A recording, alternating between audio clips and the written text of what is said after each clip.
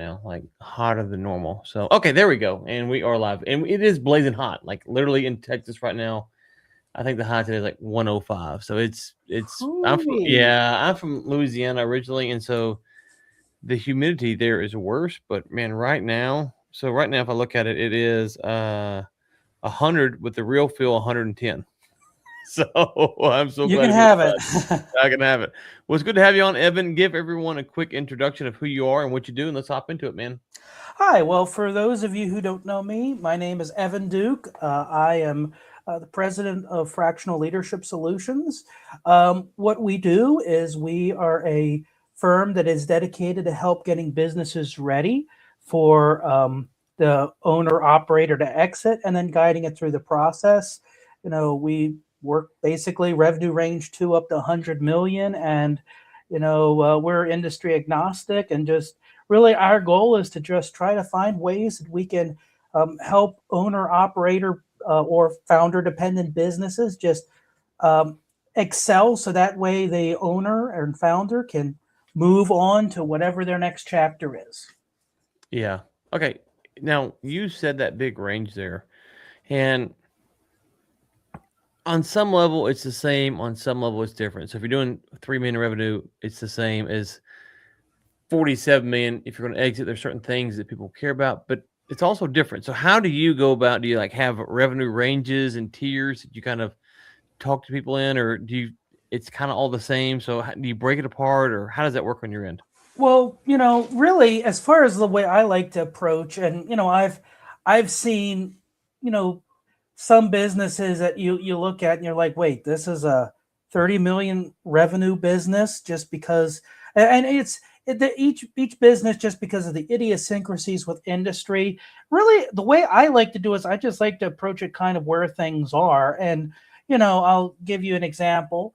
One business that I've looked at, I may actually be bringing them on as a client here later in this year, is an HVAC business. Um, it's only a handful of people, but they're doing 2.5 million in revenue. It's really a nice cash generating business.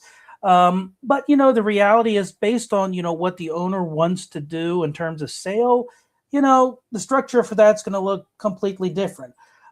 SaaS company that I'm looking at possibly bringing on as a client, it's going to actually, just because of the nature of it, since it's not going to be like a an add-on type of business, I'm probably going to need to build out the full C-suite. So it's, and I think the reason I love that range so much is there's so much variety. It's a matter of you never know, but the big thing is whatever the business looks like, you look at it, figure out what do we need, and you go from there. So it's definitely not cookie cutter, and it is so much fun just figuring out what do we need in order to be successful. Yeah, and one of the things I've seen some discussion around, I'm curious if you've seen the trend, if it's more hype than it is reality, is how much, at least in the world that we operate in, right? Not big corporate, how Hmm. much is AI impacting company headcount? Is it really trickle down to these size companies, or is it really just those big corporations that, if we're being honest, we're kind of bloated anyways, and so it's easy for them to cut that stuff? It's primarily the big corporations. The type of things, these are the challenges that we're facing. And I think when I was getting into this industry, I would have needed to see it to believe it. But really, when it comes to the actual tech issues we're dealing with, it's kind of like this: a owner operator business is still running on QuickBooks Desktop, and that was no longer serviced as of September 2024. So you need to figure that out. My One of my favorite is a landscaping business. They're still giving out their bids on this really high tech device called a legal pad. Every Oh single no! bid, there's scratch. I mean, Oh so, no! or another one. This was one of the first businesses that I actually worked with. Their version of a CRM are these really nice things called 3x5 cards, and they sit in these metal Oh no! drawers. So what's funny Why? So, is why do they not? Is it older generation, or what's going on? I think a lot of it is the older generation, and um, I know with our generation, we're not digital natives, but we've had to learn to adapt. And there are some who are very adaptable, but there are some who are like, okay, we've been doing it this way, it works really well.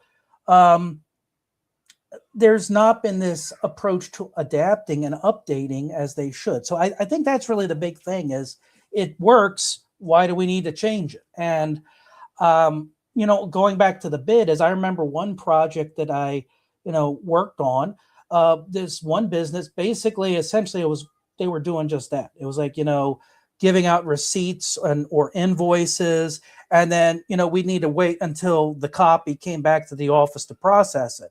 Well, we figured out the way to build this app so that way you didn't need to worry about that. Basically, as soon as it was done, they input everything into the system.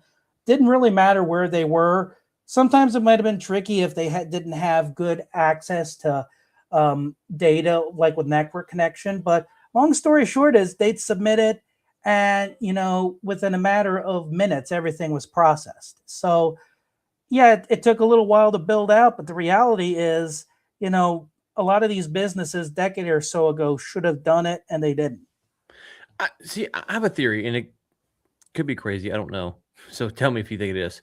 I'm wondering, to your point about we're not not AI, but tech natives. A lot of the technology that we grew up with, I'm thinking like HubSpot, Salesforce, even a lot of the Microsoft products, they're not built for us. We just had to manage to make them work for us. And Mhm. so it's kind of discouraging. Like you get in there and you're a little bit older than I'm 41. So if you were say 61, you're trying to get on to the computer, 20 years ago, like, oh, man, this is not really for me. Yeah, it's easier to do the legal pad. It's easier to do the Yeah. note cards because I mean, like HubSpot, we at Astra, they use HubSpot for their CRM and it's great. You can do a lot of stuff, but man, it is cumbersome. It is really, Mhm. really cumbersome. What we really need is something a lot more akin to what we're working on building out. It's like, okay, we need kind of an Obsidian second brain. We need Granola for notes. We need this stuff. We need to link it up with some automation tools. We don't really need this big, huge thing for a lot of what we do. And so I wonder as we move forward if we'll see kind of a swing to like people were hesitant because it was too much bloat to learn to now you can be kind of nimble and go, okay, I only need a kind of system that works like this, and I can, build it or have someone build it for me for pretty cheap. And I know the vibe coding thing gets overhyped, but I do think there might be something there in the future where more small businesses will adapt because they can have tools more akin to what they do, or the new tools that are built by bigger companies are just more for people like me and you. What do you think about that? I think you're right on to there, and I've actually done some vibe coding for some rather specialized tools that I'm like, why buy something if I can build it out? So I think there's a lot of that, a little bit more customization. I remember a while back working on with one business, getting a CRM set up. It was actually Insightly, and I found actually for this particular business, just the way customizing the records, it was actually rather customizable. Now, again, I actually use HubSpot, for my business. I've set HubSpot up for a couple of businesses. I like it, but again, I see what you say. It's very cumbersome, and it's definitely designed real the enterprise client in mind. And I do think you are on to something that we're going to probably have something like that in the future. Like, well, yeah, this is all nice, fine, and good, but I don't need a tractor trailer. I just need I don't know, a convertible. Yeah, it's not that I hate HubSpot. The most CRM that I've used is Close, and Close is pretty good for what we need at the time. It was pretty simple. And HubSpot's great. It has a lot of things you can do, which is nice. Mhm. It's just the real problem on some level, and I don't know. I'm not a tech nerd, so I don't know how this works. But like a lot of my stuff is in X or LinkedIn and those DMs. And so like Oh yeah. HubSpot or that's not a HubSpot issue. That's just a connectivity and making your stuff kind of walled off. And it's like, oh man, but there, and I don't know if it's open source or I don't know what the answer to all that is, but yeah, I do think that being able to have people. I was telling someone the other day, they talked about all these people getting laid off that are coders and whatnot. I'm like, well, yes, but do you know the amount of small businesses that have, to your point, they don't have any of this stuff. And so they could get a custom application or HubSpot installed or whatever it is, and they could hire someone like this. So if you are one of those people, I'm not trying to make light of the situation, but I'm saying that there are a lot of small businesses that need these kind of tools either brought in and installed or adapted to their situation. Oh yeah, and you know, I feel like you are on the something there, and I do think, you know, that's, you know, the vibe coding, really that the adaptability. You know, I've not really used Claude Code. I do know that, you know, with it, Mhm. some of the vibe coding, I've actually used Claude to build some prototypes. The nice thing about Claude Code is with, you know, some API keys and whatnot Mhm. that you would need. So I do think you're onto something there. I feel like there is this niche that, you know, with AI we can use it to really help with servicing tech Mhm. stacks. Mhm. But I think at the end of the day, what people need to realize, it's not like, okay, you're going to come up with this, you know, $1 billion Right. plan that's going to Right. disrupt the all. I think really at the end of the day, what it's going to do, and maybe this is the focus we should have, is it's going to enable you to build out these different pieces that's going to give you the tools that you need to Yeah. create it. Not Yeah. necessarily do it, but enable you to have the time and bandwidth to do that type of disruption. Yeah. What I've told owners before is you might, let's say you got 8 tools. The first thing is, can you automate that workflow? So can they be linked together via automation? Let's just find that out. Okay. And most of the times the answer is yes. Then is your data clean enough to go from tool to tool to tool, right? Do you actually have that set up? Okay. Most time the answer to question 1 is yes, and then 2 is no. So you don't get very Oh far. yeah. But then once you clean it up, then you go back and say, well, do you need all 8 tools? Because sometimes cleaning the data up actually fixes the need for, tool 3 or whatever. So then you can cut down on the tools, or maybe the tools you have could do more work if you just clean the data up. And so that alone, I think a lot of owners could find useful. But let's assume that there are situations where your tool doesn't need it. You don't have to go get the big bloated stuff. But to your point about you shouldn't expect to make $1 billion, part of that comes from the fact that we don't have the eyes to see what HubSpot or Salesforce does. Like they're getting requests for things all the time that we would never think about using, and Oh because they yeah. have these big, huge corporations. So I think you're right. It's not something that you can sell. It's more customized for you if you can't string together what you already have. So AI is not cutting jobs yet for the small business world. I think we agree there. What is the best use case for it right now when you're talking to clients? Is it to help manage a CRM? Is it to help build a customized tool? Is it SOPs? Where do you point them to? I mean, really, what I have found with AI is, you know, you can use it to go through a tremendous amount of data really fast. And, you know, it could be, so like, for example, one easy use case here is building out SOPs or maybe mapping a process. Mm-hmm. You know, I need to get a lot of information from different people. So Mm-hmm. I actually have worksheets that, you know, I can send out to, you know, as like a fact finding mission, get all that back. And then it's like, okay, take all that, upload it to Claude and say, okay, yeah, could you please, you know, just go through all this and, you know, just basically collate it and just build something out. So, you know, that's a nice, easy way. Of course, the reality is, you know, it's contingent on making sure you get all of the information and, you know, really do a very detailed and thorough fact finding. Yeah. But, you know, it's stuff like that, or like, you know, maybe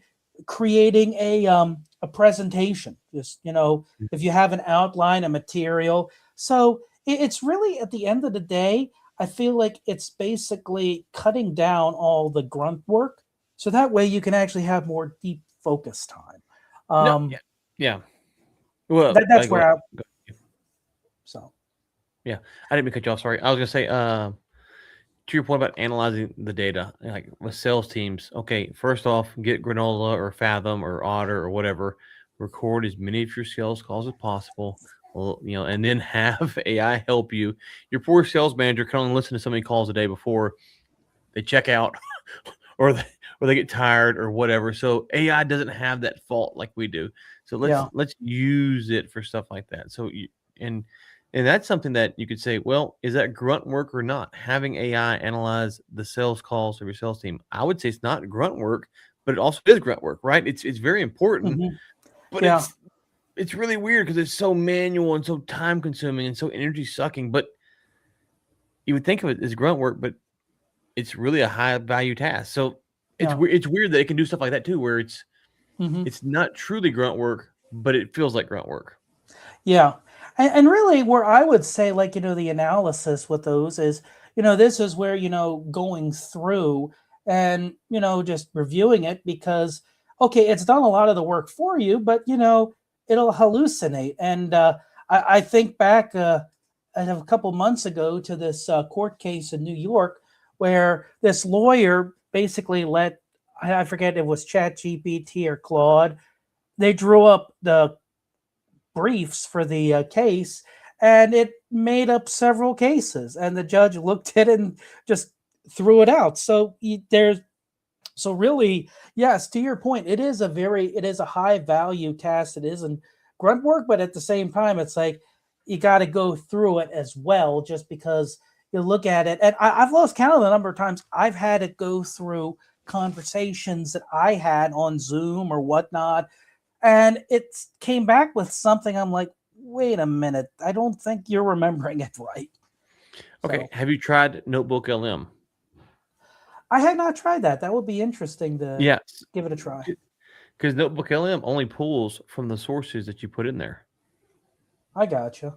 And so now the the thing you have to be careful, and this is Claude or ChatGPT or Gemini or whatever, or Notebook, is if you're too loose with your wording, it's we understand context and stuff like that. We talk, and I AI on gotcha. some level can, but I'm always kind of, but I Mhm. put crazy amounts of information in Notebook LM and ask it to pull that out for me, and it's really good at that. It's really good at that. Now, if I'm using like I'll do like a look through church history on stuff. Well, if I'm not using the terms that they might have been using in the 300s or 600s or 700s or whatever, I got to know that it's not going to be great for that because it's trying to guess what I mean. But in this context, if you're using the same vernacular over and over again, you should have those words where you know how to ask the question, how to phrase it, and stuff like that. Mhm. But it's not going to hallucinate, and that's the strength of it. And so it's a little bit slower, it's a little bit more clunky, but you got to have it I dialed gotcha. in. That's what I use that for. Yeah.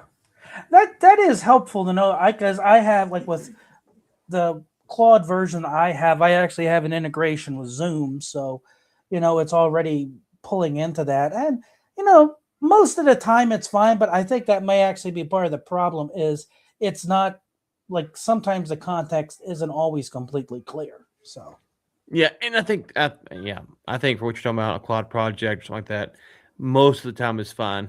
I'm with you. But if you need it precise, then you put it into Notebook LM and go on. Okay, so how long you been in M&A now? We're talking to how long you been doing this exit ready preparedness part of the game?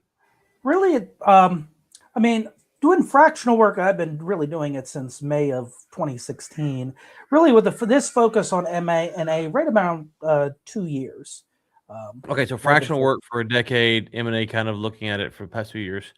Let's go back to the fractional work first. It's interesting because in 2016, fractional wasn't really that popular, was it?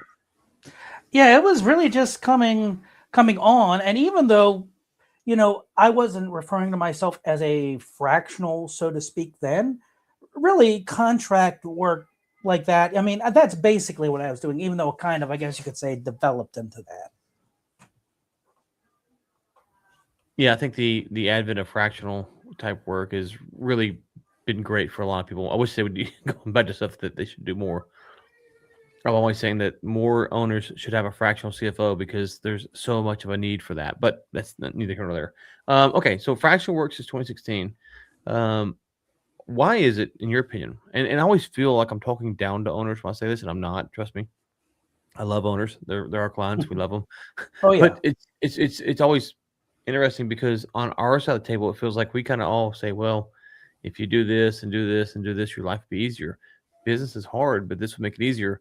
But convincing owners sometimes of that seems to be hard to do. And it's like, I get it that we can make money, but right now, this is a podcast, this is free. We're not charging you anything. Go Mhm. hire someone else. So, why is it that you think owners are a little hesitant to maybe hire a fractional CFO or to build out SOPs or to actually use a CRM? I understand there's some technological lag that you mentioned earlier, but in general, these are problems that we see for certain size companies. And as it pertains to M&A, when they go to exit, it usually keeps them pretty small, and so they can't grow big enough to actually get a big, nice exit. And so it's one of those things Mhm. that if you don't make this transition, your ceiling's a lot lower than you think it is. So what's your take on why that is?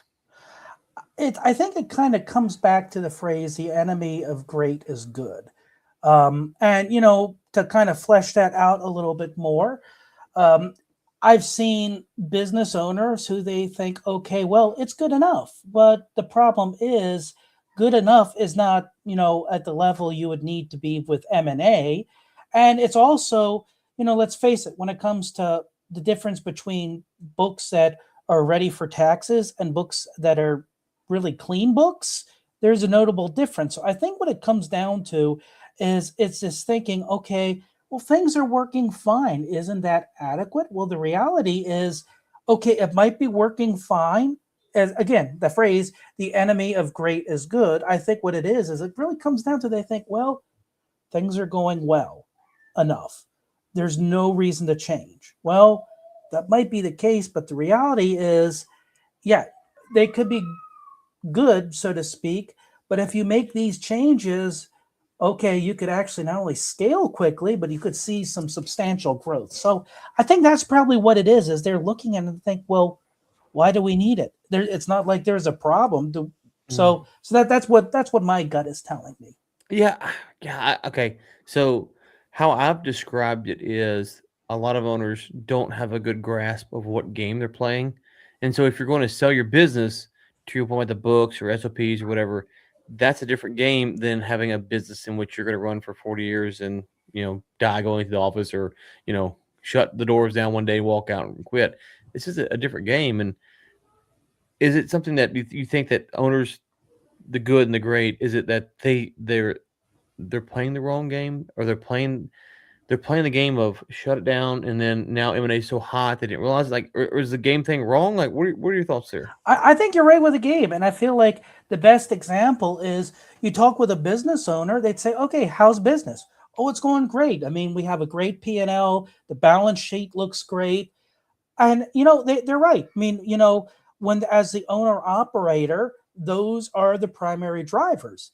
But when it comes down time to sell the business, those are the secondary drivers because it's all about the multiple. And at that point, if you have a really strong business that enables you to get a really nice multiple, then all those primary drivers, like your with your PNL, that's when they become powerful. So I feel like you're right about it being the game. Is like, the game back when it was the game about, having a really good, PNL statement.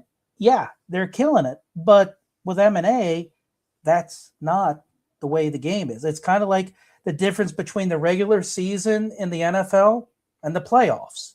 You can have a phenomenal regular season, but when you get to the playoffs, it's a whole bunch of single game seasons. And if you don't show up, hey, One and done. exactly. I do feel bad because, and it's not picking on you. You said the right term. You said the multiple. And in M&A, we talk about the multiple from 3 to 4, or 3 to 3.5, or 3 to 5, or whatever. And it sounds like a pretty small number, but depending on the size of the deal, that's millions of dollars. And so Oh I've yeah. I've almost wondered, should we not talk about the multiple in the way that we do? Because and I know now today more people understand M&A than ever before, but there's still a lot that don't. And so, but I wonder if we're doing a disservice if we told owners, hey, you're leaving, and this. So if you're a four bank, and of course, as you know, the higher your EBITDA is, the odds are the more sophisticated that the owners are. But if you're a 1 million EBITDA company, and we talk about from a 3 to 4, multiple. Well, that's $1 million, right? That's I mean, 3 to 4. Mhm. That's $1 million. So should we talk about it in those terms? And I get there's rules around, overstating the promise and all this stuff. But how do we let them know that we're not just blowing smoke? Like, guys, this is substantial. It's not going from 3 to 4. It's $1 million.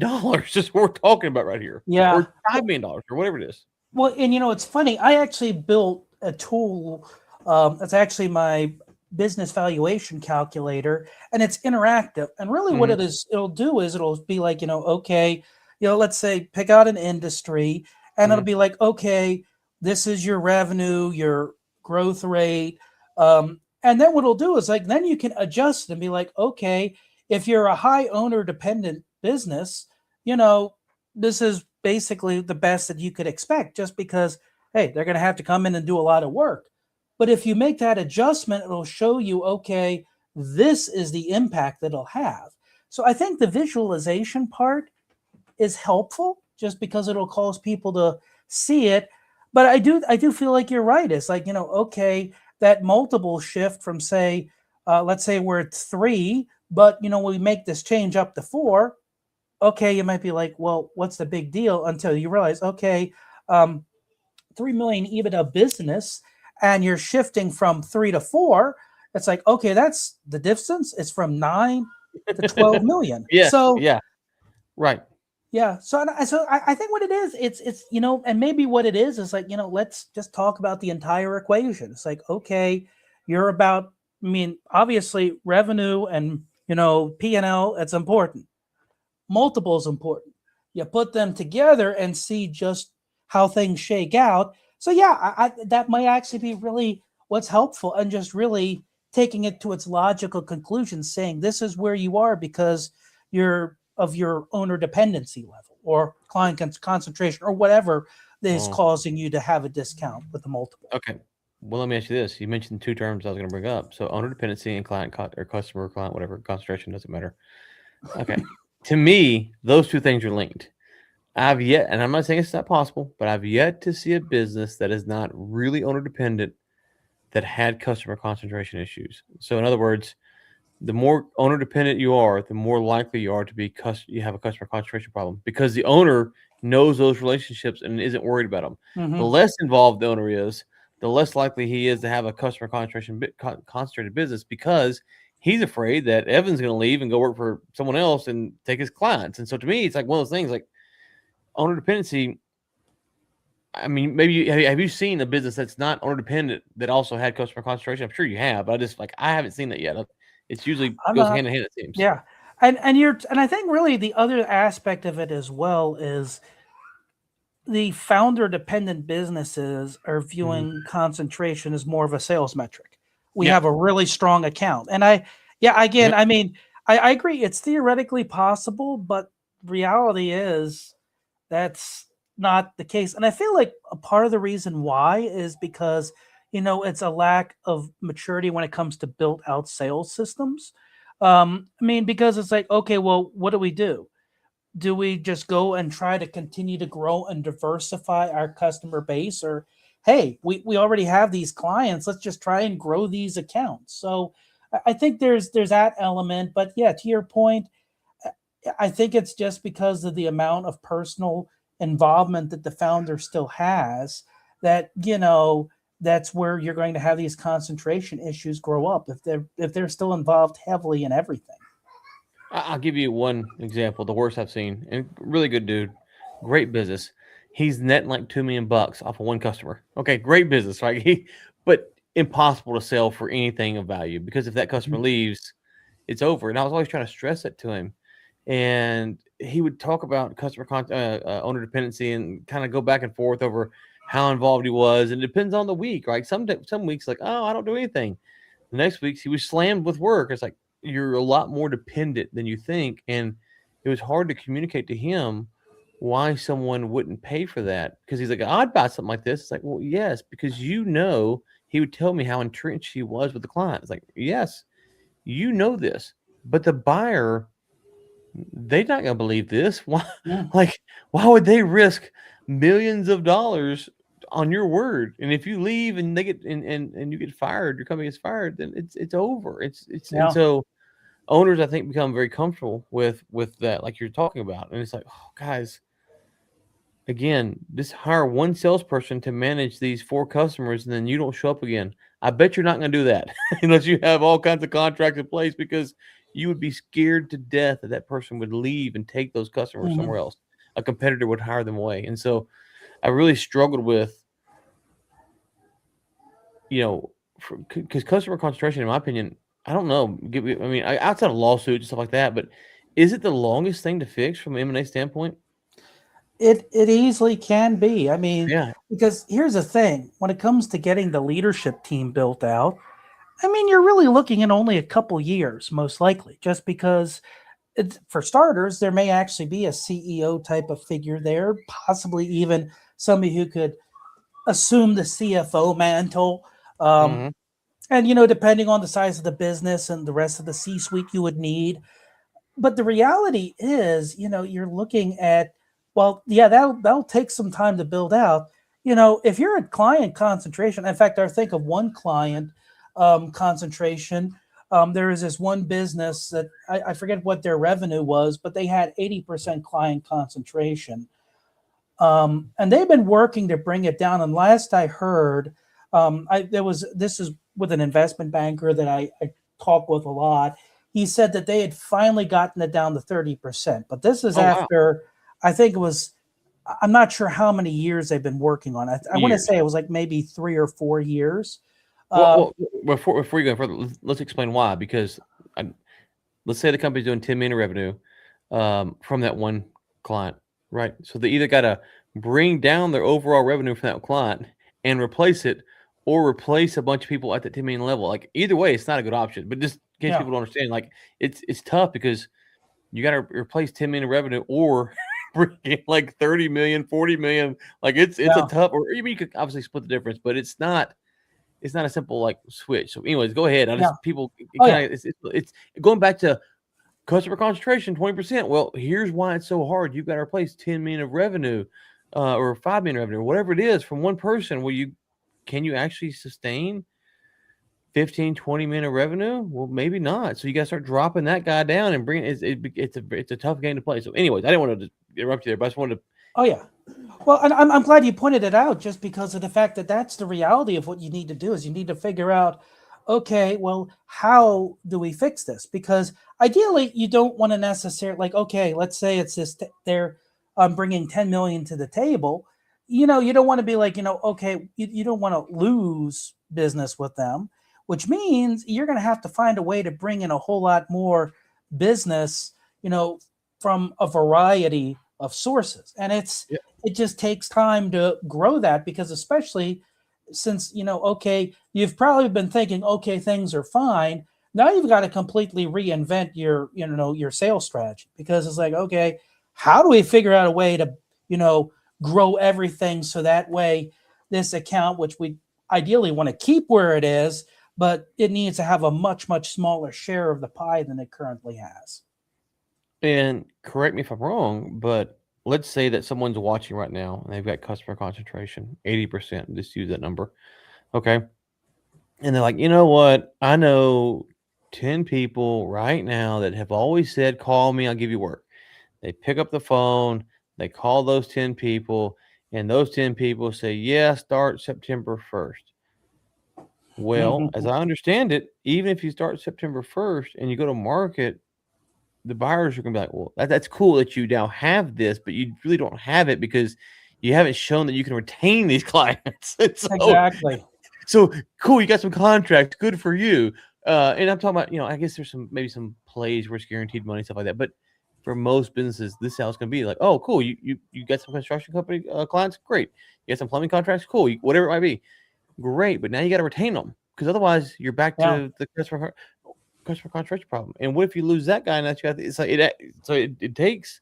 I think we're looking at it on that company I mentioned. It was going to take 36 months, the fastest possible, without buying anything else, just simply through sales, the fastest possible to get Yeah. to do that. And that was going to be a grind, a real tough grind.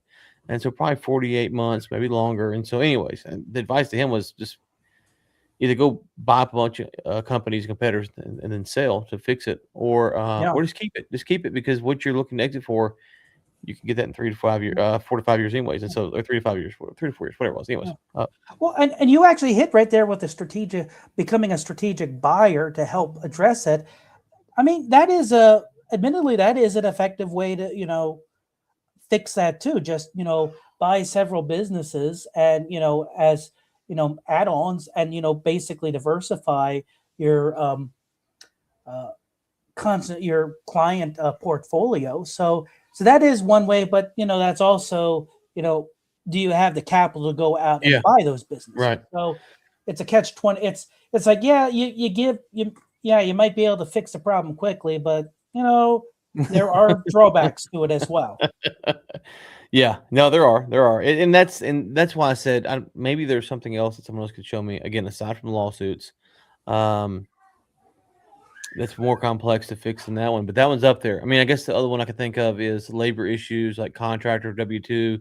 If you haven't done Mhm. that right, you got to fix that. That could cripple your business. So that's up there.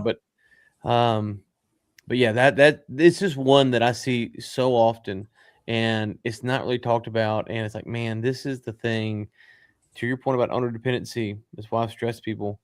You got to fix this because once you fix this, it makes you look at all this stuff so much differently. You start to look at it like, oh, that's it's kind of risky. It's kind of Mhm. I don't know. I need more than one client taking up 80% of my actual revenue. I need to do something different. So, Yeah. what are your thoughts on? I've been talking to some people like when they come on asking this question. When or is there a way in which you advise someone to seriously consider? I'll say take the money, go to market, take the money. It doesn't matter. Is there a certain inflection point where you go, you know what, Mr. Owner or Mrs. Owner, you really need to look at it here, regardless of everything else, just on the money standpoint. I mean, that's just such a nuanced situation. I mean, for some people, hey, if I mean, it is what it is, and it's like, okay, well, you might as well. You're probably going to suffer a significant loss, but it's the challenge right there with that. I feel like for me, the situation I would feel most comfortable saying, yeah, it's time to go to market is if I feel like, yes, we got a leadership team that is really capable. Hmm. Um, and I feel like that, even though they may not have everything ready in a situation like that, it's like, okay, if they need to go to market, but they have the leadership team in place that does seem capable of demonstrating, okay, yeah, granted, there'd be a lot of institutional memory that may not necessarily be in place. Um, and so that way you would probably still have the loss of Hmm. have the discount. But if you at least have that in place, and if you do absolutely, you just got to sell, that would be a situation I would consider. But again, do you have the leadership team that can take on the baton and has demonstrated the competence and capability? Hmm. Um, It's interesting. You went there. You went to the leadership team. I haven't thought about that. I was talking to an owner today about selling and too small for what we do, and I was like, at this point, more of a it's I don't want to give away too much, but more of a kind of a SaaS kind of play. And I was like, well, at this point, what you're going to sell for, it's not retirement money unless you're already wealthy, younger guy. Unless mhm. you're already wealthy, you're just not going to retire. So just look at it from that standpoint. Like understand that this is going to be a nice little payday, but it's not you can't hang it up. Yeah, Um, but when they get to that, I don't know, 15 million range, and they could possibly hang it up depending on their age and situation and stuff like that, then to me, it's like you really got to take a long look yeah, at it. And I've just I'm always torn because some people have grow, grow, grow, and I'm like, okay, man, go grow. But I've just seen, and maybe this is my bias, so push back, please do. I've seen too many founders, owners who thought they were going to do something great, and it just didn't work out. And they had something amazing at one point, and they should have taken the money. And yeah, now for those, there's stories of people who did the great stuff, and I get it. I'm in M&A, and so you might go, I'm biased. I get Yeah. all that. I'm trying to be Yeah. transparent, but I've seen guys who have gone to $100 million to bankruptcy. It's like, Yeah. And it's, I'm sorry. I think I didn't quite go where you were going now. no, it's fine. It, No, it no, no, you're makes good. You're sense good. perfectly. Yeah. But really, to your point, yeah, I feel like what you're saying is like, okay, at what point is it good enough? Um, and I feel like that is actually a very, very important question because I've actually seen stories along that line where it's like, okay, an owner, they looked at what they were getting, but they're like, no, I feel like I need more or I want more. And the problem was they went in the other direction. And it was kind of like what you're saying. And I feel like what it is, that's a very good question. It's like, okay, at what point is like, well, you know, it's not going to be perfect, but at the same time, you're going to get a good turn. And I feel like, and for everyone, that number is going to be different.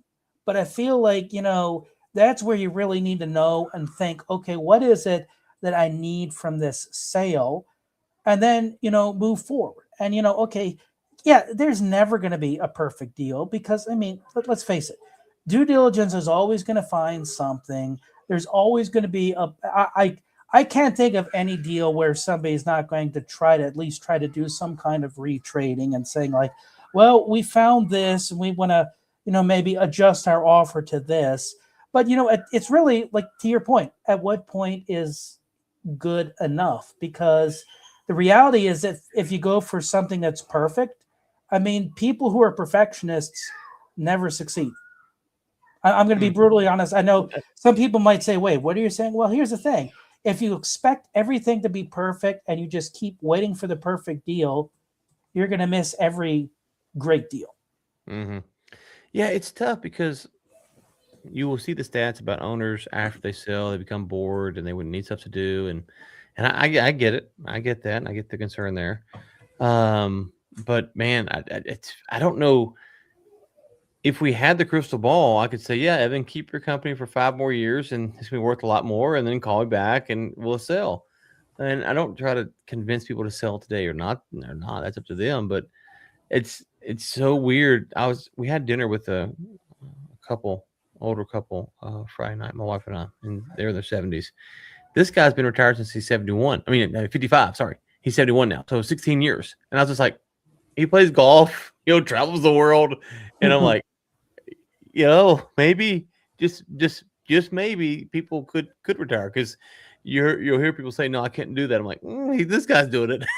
And so he's pretty happy with his life. I don't know, and it is to each person. You're right, and there's something about that entrepreneurial spirit which we have, and so I get it. But I'm always torn on how to talk to owners about that because you don't want to force them in. You don't want them to have regret over keeping it or selling it, right? You don't want them to have regret, and so it's like, man. But for me, when you hit that 15 to 20 minute inflection point, for most people, depending on your debt situation, stuff like that, that's going to be the number that's like, okay, you can actually hang it up if you want to. You don't have to if you want to. And God, I don't know uh, how you advise them because I struggle with that because Yeah. I don't want them to sell and then they wish they would have held on, but I don't want them to hold on and then call me in 3 years and Mhm. go, man, I should have sold. Well, and here's really, I guess, where we kind of come back to. I've been thinking a little bit more as we've been discussing, like that 15-20 million point. It's like, that's really a good question. But I feel like maybe the better question is, when it comes to readiness and selling is, can you do that? Because if you're at the point like you'd get 15 or 20 million from the sale, I'd be like, hey, go for it. But as we discussed, some of these businesses, Yeah.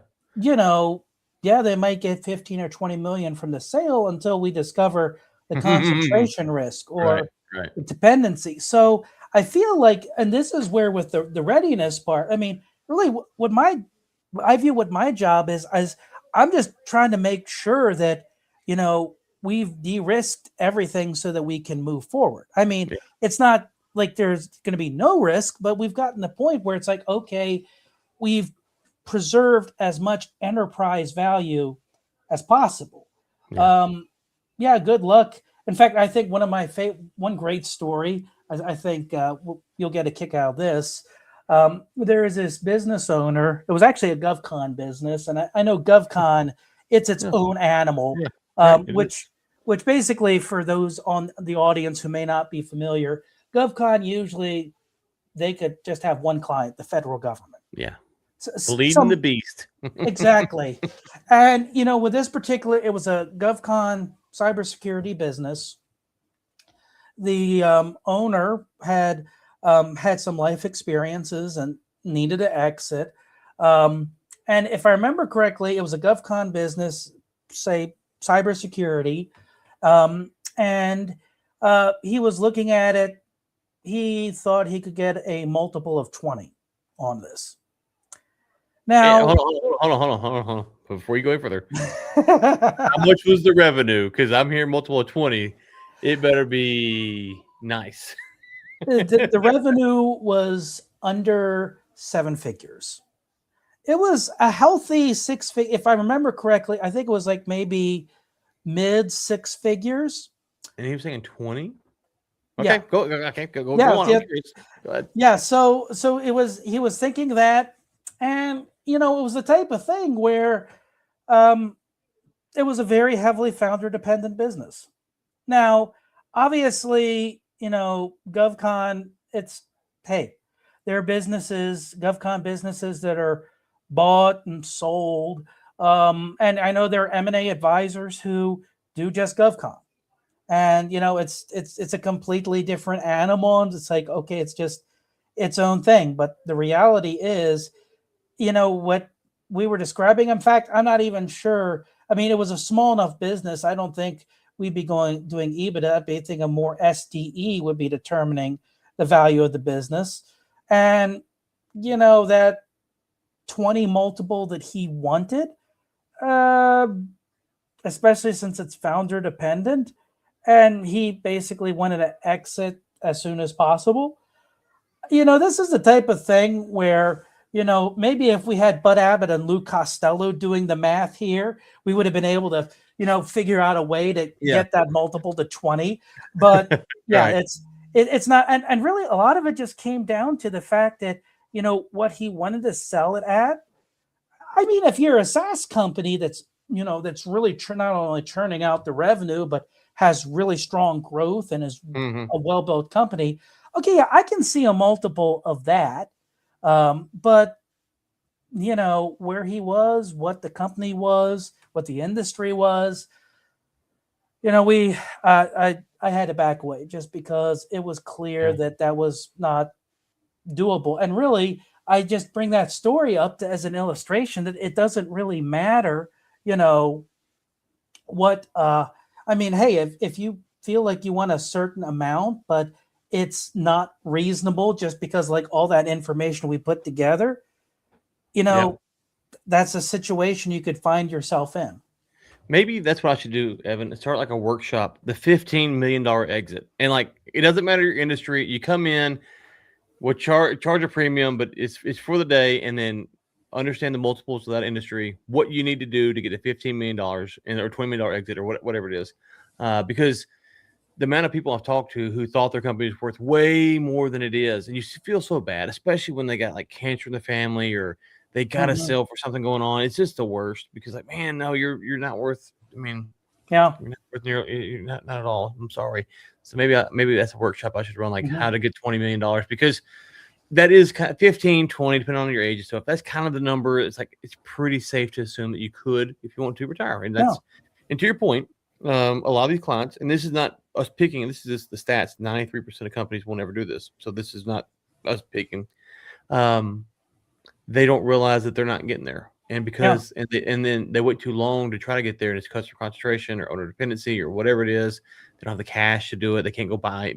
And so it's like, oh man, it's just, and part of when I'm talking about this, it's just the pain of so many of these conversations with owners. Like, oh guys, and let me be very clear here. Most people are not built to run a $100 million company. We're just not. Like that is those people are clicking at a level that a lot of people don't understand. They're doing stuff a little bit differently. So before you say I want to harm in our company, understand that's a different game. Go back to games. But 15 to 20 is hard. It is really hard. Don't be wrong. But there's more people that can do that than 100, right? 10 million more. So I think if owners understood the game they're trying to play, it'd be so much better. So, okay, I'll give you the final word. And where can people find you at? Oh, you can find me. My website is evanduke.com. And just so everybody knows, you spell Duke Duke. I've had it spelled Dueke. And then I'll never forget my first day of college. I went to check in, and I said my name was Duke, and they said Duke spelled Duck. It just quacked me up. That's all I can say. But wait, did I spell it right on the ticker? I got it right, didn't I? Oh yeah. Oh no, you got it right. Okay. I'm like, hey, but you got it right. But it's evanduke.com. I'm on LinkedIn. That's another effective way to reach me. Yeah, that's my website. And really, my email address, info@evanduke.com. That's another way. But that website, you can get a hold of me. But hey, I'd love to sit down and talk and really, I feel like the way I kind of want to leave this at is I think of one client who I don't have him yet, but I will probably be getting him. He's about 10 years from exiting. He has a younger brother that is in the business who could be a potential CEO. He has the skill set, and he has an accountant who very easily could be a CFO. Nice. He has options because let's face it, 50% of exits from a business are forced. If you can get your options before you need to do that, that's what my goal is for you. Exactly. Evan, it's been great to get to know you, and then of course do this with you today. So thank you so much for your time today, brother. Sure. You take care, Ryan.